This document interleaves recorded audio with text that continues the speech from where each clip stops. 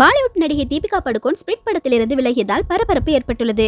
அவர் சுமார் 35 நாட்கள் படப்பிடிப்புக்கு 25 கோடி வரை சம்பளம் கேட்டதாகவும் 10% லாபத்தில் பங்கு கேட்டதாகவும் தெலுங்கில் வசனம் பேச விருப்பமில்லை என்று கூறியதால் அவர் ஸ்பிரிட் படத்திலிருந்து நீக்கப்பட்டதாக கூறப்படுகிறது.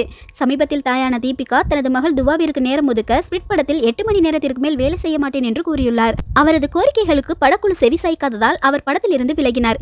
ஏற்கனவே பிரபாஸ் நடிக்கும் ஸ்பிரிட் படத்திலிருந்து விலகிய தீபிகா கல்கி 2 பட வாய்ப்பும் பறிபோகுமா என்ற கேள்வி தற்போது எழுந்துள்ளது. நடிகை தீபிகா சமீபத்திய பேட்டி ஒன்றில், ஹீரோவுக்கு இணையான பெயரும் புகழும் எனக்கு உண்டு, அதனால் நான் அவரை போலவே சம்பளம் அதிகமாக எதிர்பார்க்கிறேன், இதை ஏற்காவிட்டால் அந்த படத்திலிருந்து விலகி விடுவேன் என்று கூறியிருந்தார்.